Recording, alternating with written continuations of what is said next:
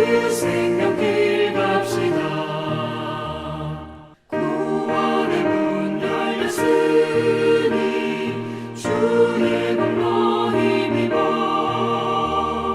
주저 밟고 들어가서 생명길로 갑시다. 구원의 문 닫힌 후에 들어가고 싶구나. 한 번 닫힌 구원의 문 또 열려지지 않으니 구원으로 인도하는 그 좁은 문 들어가 영생으로 인도하는 그 생명길 갑시다.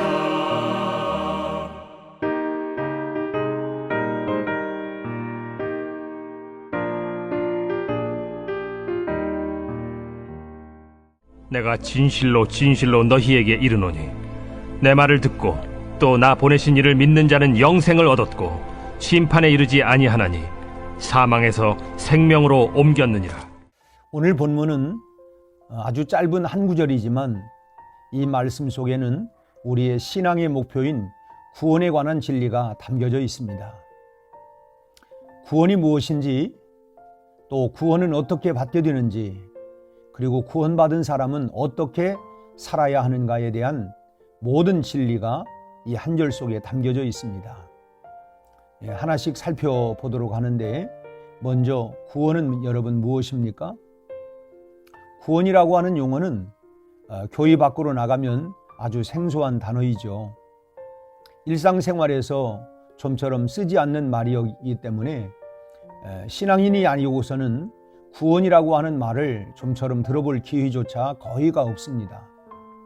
그만큼 교회 밖의 사람들이 이해하기에는 구원에 대한 개념이 쉽지 않고, 또 믿는 사람들조차도 구원받았음을 알면서도 그 감격을 누리지 못하고 있는 경우가 많습니다.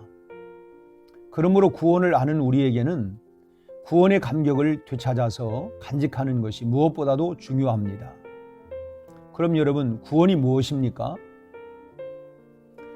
저도 들은 이야기입니다마는 어떤 목사님 사모님께서 친지분이 경영하고 있는 젖소 농장에 놀러 갔다가 큰일을 당할 뻔하셨다고 합니다.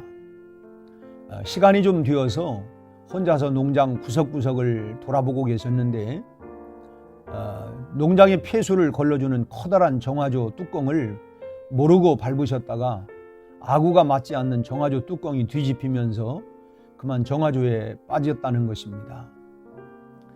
오물을 들이마시면서 두어 번을 호우적거리는데 마침 그 장면을 멀찍이서 목격하고 뛰어오신 농장의 할아버님의 도움으로 간신히 구출이 되셨다고 합니다.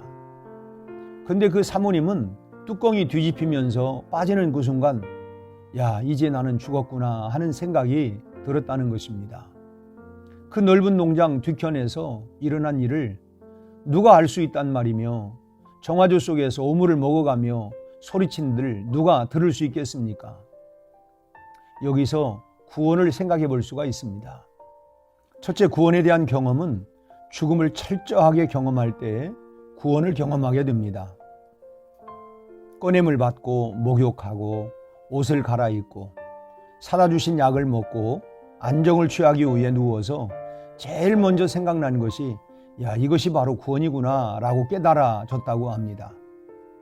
전에는 말로만 듣고 머리로만 이해를 했는데 죽음의 문턱을 눈앞에서 보고서야 죽음에서의 구원을 확실하게 알게 되셨다고 하는 고백을 전해 들었습니다. 그 사모님은 다시 세례를 받은 기분이시라는 것입니다. 세례가 무엇입니까? 세례는 주님과 함께 물속에 나를 담가서 죽였다가 끄집어내어 생명을 주는 예식이 바로 세례입니다. 그런데도 우리는 세례의 감격을 느끼지 못할 때가 참 많습니다. 그래서 그 이야기를 들으면서 만일 세례도 그런 방식으로 준다면 확실하게 느껴지지 아니할까 하는 생각을 해보았습니다. 여러분, 구원은 이론이 아닙니다. 구원은 실제이고 체험이고 현실로 간직되어져야 합니다. 만일 우리가 구원을 이론이나 생각으로만 갖고 있다면 신앙도 여전히 이론적인 신앙일 수밖에 없습니다. 구원을 생각으로만 갖고 있으면 그것은 바로 이론입니다. 그런 신앙은 관념적인 신앙밖에 되지 않아서 그것은 하나의 죽은 그런 모습일 수밖에 없습니다. 하지만 신앙은 실제입니다. 나의 구원을 위해서 주님은 이 땅에 실제로 오셨고 실제로 십자가에 달려 돌아가셨으며 실제로 부활하셨습니다. 이것은 그냥 이야기가 아닙니다. 이 사실을 믿고 우리 삶에서 생활로 그렇게 살아야 합니다. 이것이 바로 살아있는 신앙이고 구원의 확신입니다. 둘째로, 죄만 보면 죽음이 생각나는 것이 구원입니다. 그 사건 이후로 그 사모님은 물만 보면 겁이 나고 소름이 끼친다고 합니다. 전에는 물을 참 좋아해서 차를 타고 가다가도 물을 보면 내리고 싶고 발이라도 담가보고 싶으셨다는데, 이젠 타고 가는 그 차가 다리 위만 지나가도 마음이 막 졸여지고 물을 보면 정화조가 또 생각이 나고, 그때 그 죽음의 순간들이 되살아나서 저절로 온 몸에 힘이 들어간다는 것입니다. 구원이 바로 그런 것입니다. 우리가 빠졌었던 죽음을 생각하며 죄만 보면 죽음이 생각나야 하는 것이 구원의 모습입니다. 죄 때문에 한바탕면 죽을 뻔했기에 죄만 보면 소름이 끼쳐지고 죄를 생각만 해도 온몸에 힘이 주어지고 나를 죄악으로 유혹하는 순간이 지나갈 때까지 마음을 놓지 못하고 경계하게 되는 것이 바로 구원입니다. 여러분, 구원에 대한 생각을 새롭게 할 수 있기 바랍니다. 우리가 죽음을 철저하게 경험하고 잊혀지지 않고 간직되는 감격이 항상 있어서 죄악을 경계하게 만들고 우리의 믿음을 지키는 바로 이런 구원이 여러분들의 것이 되시기를 주님의 이름으로 축원합니다.